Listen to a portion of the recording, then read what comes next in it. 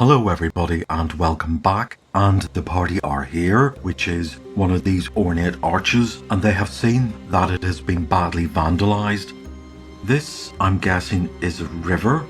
It doesn't mention what these are on the key, but they really can't be anything else. So it looks like there is a rather dilapidated broken bridge that leads over the river and into this village here. However, when they approach this village, they see several dead bodies. Now, they were convinced that there was some kind of humanoid people living in this valley because they have seen footprints and things, and sure enough, they come across a small gathering in this village of about 3 dead people. They look quite odd, slightly short, very stocky, they have shaved heads, and sure enough, they're wearing the soft leather foot wraps with the toes poking out, but these have been killed by spears. The party look at the spears, they seem quite ornate. There's one lying by and it has an unusual shaped head. Our party has one spear, which is a magical one, and it doesn't look like this. So everybody gets together to talk about what this could mean. Well, one thing it could mean is that there are 2 warring tribes of human beings here. That's probably the most likely explanation. Nobody in the party thinks that the jackal-headed people, who seem to be a very ancient race, they seem to have gone. They are part of history. They look around the site of these bodies and they see several footprints with long claws on them. Okay, that does suggest something which isn't human. And they also noticed that one of the corpses did not get killed by a spear, but instead has slash marks across his throat and his torso. What could all this mean? It doesn't seem to be really adding up. And then we see clunking towards us, coming down the road here, a small party of these self-same humans, short, squat, stocky. They look very strong, and also they don't look very happy. And several of them are riding on top of giant lizards, and that kind of explains the giant lizard footprints we have seen before. Carrick says this looks like it could be trouble, and that's enough to encourage Malin to cast shield spell. Sylvia and Liz get their bows ready and stand at the back, and the 3 guys draw their swords. This is probably not a good move, because it looks like we're ready for a fight and we're standing over the dead bodies of 3 people that clearly belong to the same tribe. Probably not the best move to look aggressive, but we're prepared to take a step back from the bodies just to indicate, in terms of body language, that we aren't there to attack. Eventually the party of these strange humans reaches everybody, and they stay on their lizards, those that are mounted, and they take out their spears, point them at us, and demand what's going on here. They speak common with a very thick accent. Oddly enough, though, they pronounce a few words which are quite similar to the way people in Threshold pronounce their words. And Threshold is considered a rather provincial, regional place in Karamekios. So, despite being complete strangers, Liz, Malin and Donard feel a certain familiarity with these people. But there is no time for that kind of contemplation. We have to think of something to say. And despite Donard not having the best charisma, I think it's best that he does the speaking, as he's the toughest, and also Carrick and Sylvia are not human. Perhaps actually Stephen should step forward. After all, this is his mission, or he got us into this. Okay, we'll have Stephen step forward. He will sheathe his sword and put his hand up and say, "We mean you no harm." That doesn't really elicit a great response, because these tribespeople gather around their fallen comrades and then come up to us and demand to know what all of this means. Stephen will say, "We found them like this. This is not our doing." And these skeptical tribespeople mutter amongst themselves, and we hear one of them say, "Well, they don't look like mutts." We don't know what a mutt is. Well, we do know what a mutt is in the normal world. It's a dog. I'll do an intelligence check for Malin. Yes, and he quickly susses that the term mutt might refer to the jackal-headed people. Perhaps they aren't as extinct as we thought they were. The party have to justify their own innocence here, and they probably have to do it quickly. Right, what can they say? I'll roll a dice, and if anybody gets a 5 or a 6, they're going to state some obvious things. Okay, well luckily we get 2 5s. We have Malin and Liz. Malin points out an obvious factor that the spears which are lying around and the spear which is in the dead body is not the same spear that we have. And indeed, these strange people come up and look at the one spear that we have, which belongs to Sylvia, and they look at the spears which are in the bodies and they recognise them. Liz says, look, there are footprints on the ground here. We don't make these kind of footprints. And sure enough, again, these people get together and nod and say, definitely mutts. So the party will ask, who are the mutts? And these people will just shake their heads and say, we'll probably find out soon. And they point their spears at us and say, it's best that you come back to our village before you two get attacked. Right, so that is what the party are going to do. They're going to follow this tribe of people and they're going to speak to them and find out more. And they're going to head westward, but it doesn't take long for something else to happen. So as the party are walking along behind these people or amongst them, we have a chance to ask them some questions. And one of the questions we ask is, who vandalised all these artworks, all these buildings and monuments? And these people, who call themselves the Traldar, point their thumbs to their chests and say quite boastfully, we did. Sylvia says, is that not rather destructive? And the Traldar reply with, we're the ones that built it, so we can destroy it. Malin asks, are these people, the ones with the robes and the jackal heads, are they still alive? And the Traldar nod. Malin says, but they must be a very old people. And the Traldar say, well, so are we. We have been slaves of these mutts for centuries. All the things around us which look grand, they were built by us, and so we're destroying them. It's a way of destroying our past. Well, that was an explanation we didn't think of. So as we go around, we pass another of these vandalised monuments. This one is a shrine, and as we round the corner, we're ambushed. We're ambushed by quite a lot of people, and for the first time we see face to face these jackal-headed people. We've seen them only before in the forms of statues and artworks, but here's this very ancient race in front of us. It is an ambush. We can roll to see if they get surprise on us.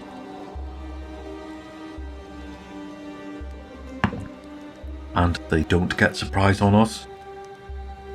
So let's roll for initiative. And our side gets initiative. Right, it probably won't go too well for them. I'm going to call them the Hutakans. That is their name. It's a bit shorter than jackal-headed people. They don't have much in the way of HP, so we're going to do our archery round. And we have Liz and Sylvia on archery.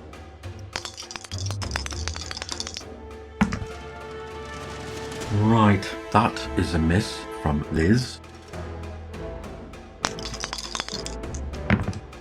That is a hit from Sylvia. She does 4 damage. One of them is down to 1. Right, our friends have got spears and they are going to throw those spears. They have a THAC of 17 and they have a strength bonus of +1, which they can put into the spear. However, there's not going to be a short range bonus. Traldar Warrior 1 is going to throw a spear at a Hutakan. And that's a miss. Number 2. That's a miss. Number 3. That's a hit and does 2 damage. Number 4. That's a miss. Number 5. That's a miss. Number 6. That's a miss. Number 7. That's also a miss. Number 8 hits and kills one of them. Right, so they seem to fight more by luck than by skill. I think that last spear was just found its mark by chance. Right, we have a spells round, and they're also behind the archers who haven't attacked yet, or people with robes and hats who seem to be more magically inclined, shall we say. So what will we do? I think Malin is going to cast invisibility on himself to take himself out of the fight. his shield would have worn off. So yes, it's best he cast invisibility on himself. Right, is Sylvia gonna cast anything? No, she has shot. She's used an arrow. What about Donard? Can't cast Bless because we're in a fight. He can cast Hold, and he can cast Hold on what seems to be the priestly types. So he's going to choose 4 of them, and they have to make saving throws at Cleric level 2, which requires a 15 or more. I'm going to give them a 14 because it is likely they will have a Wisdom bonus. So if they throw a 14 or more, they are saved. Okay, well, 2 of them save. 1 is held and 3 saved. Oh boy. Right. We have another spell because one of these Traldars is a vocal. We haven't seen this before and we don't know what to expect. I shall read this out. These specially trained Traldar have abnormally large chests and necks, but are otherwise less muscular than their fellows. Their training gives them the ability to shout very loudly, projecting most of the sound produced forwards within a 45-degree cone. The original task of the vocals was communication. Their voices can be heard clearly up to 5 miles away in the direction of the shout, although the sound carries no further than a normal shout in other directions. The special ability can also be used to attack, however, and the character caught within the cone of a vocal's shout at close range may suffer the following mental and physical effects. Range 20 to 30 feet, saving throw versus wands, or a -2 penalty on attacks and armor class, and then up close it gets worse. So this vocal is too far away to shout, that range isn't good enough. So it's up to our 3 guys to wait in there and deal some damage. Let's see if Stephen can take out one of these Hutakans. And he can. Let's see if Donard can. And he can. Let's see if Carrick can as well. And he can. They only have 5 hit points, so there's 4 warriors left and 2 of them are damaged. Right, it's their go. I'm going to do a morale check for them.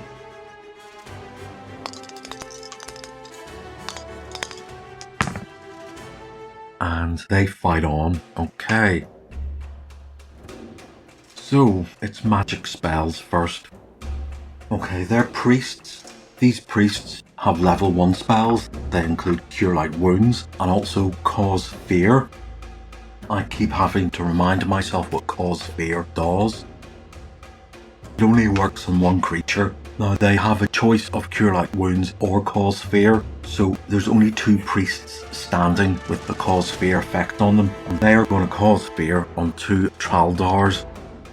No, actually, they'll do Cause Fear on Sylvia and Liz. I think they fear the archers a bit more. So orange dice is Liz and green dice is Sylvia. Liz makes her saving throw. Sylvia, however, does not. She gets a +1 for her wisdom. However, she needs a 12 and 11 is not good enough. So Sylvia runs off and hides in the ruins. Are they going to cast Cure Light Wounds? One of their comrades is down to 1 HP from 5. One of them casts Cure Light Wounds. And he's back up to full health. Right, that was round number 1. Okay, round number 2. And we get initiative. Okay, let's do melee round, and we're going to do some spear throwing again, and I will do 2 at a time. There are 8 Traldar warriors. And 1 hits and kills.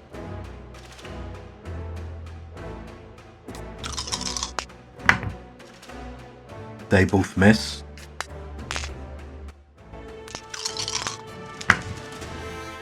That's enough to hit and damage 1. And both of those miss. So yet again, these warriors seem to just chuck spears on the hope that some of them land. Oh, I didn't do missiles, I didn't do... Liz, who misses. Okay, the boys are going to wade in again. Stephen. That's good enough to hit and kill.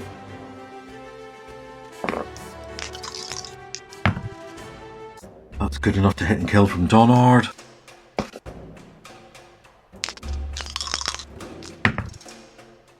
And that's more than good enough to hit and kill from Carrick. That means on their side they have 4 priests left. I'll do another morale check for those priests. And their morale holds up. It's their turn. And these priests are armed with maces. And so they're going to go up and attack Donard and Carrick and Stephen. It's a miss from 1. No, that's a miss. Their Thaco was really bad. It's 19. They needed natural 20 to hit. Carrick, that's a miss. And another one. That's 3 misses from their side. Okay, so let's do round number 3. They get initiative. What else can they do? Flee. Their morale still holds up. So let's do all that again. It's a miss on Stephen. It's a miss on Donard. It's a miss on Carrick. Another one on Donard. That's a miss. Nearly was a 20. So it's our go, and they really don't seem to stand much of a chance. I'll do Liz on 1. That's an 18.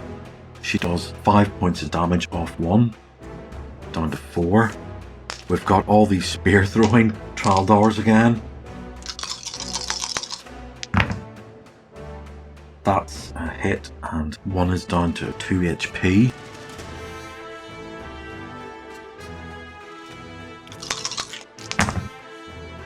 Those are 2 more hits, and that's good enough to kill 1.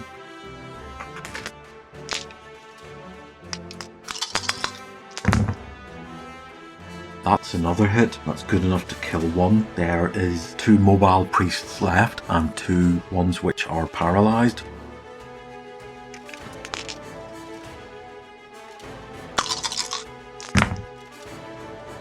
That's enough to just slightly damage 1. Right, so we have our melee round. We have Stephen, who hits and kills one of the priests. There's 1 priest left, still alive. Donard hits him for 6 points, he's down to 6.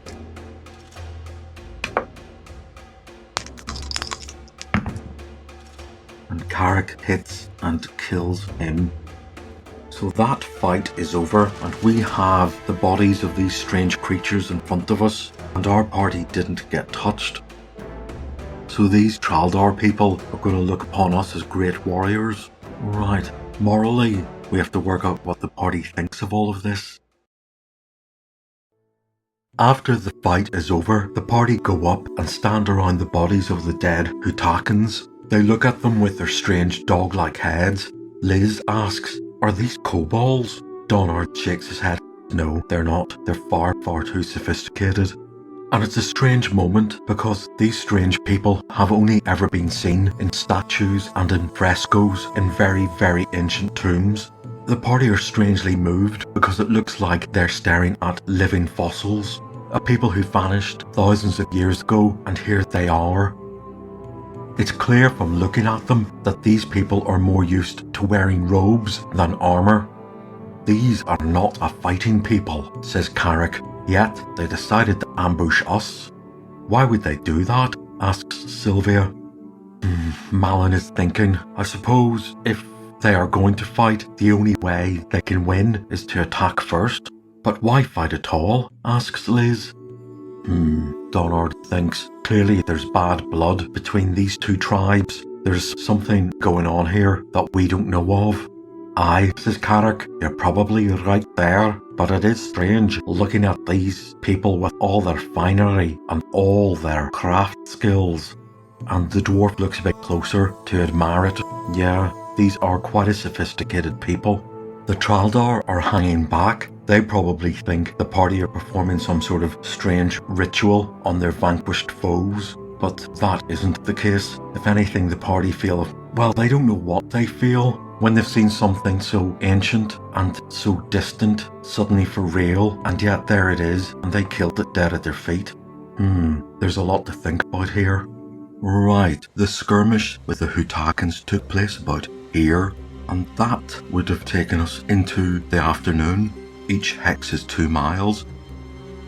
So it's 2, 4, 6, 8, 10, 12, 14, 16 miles left.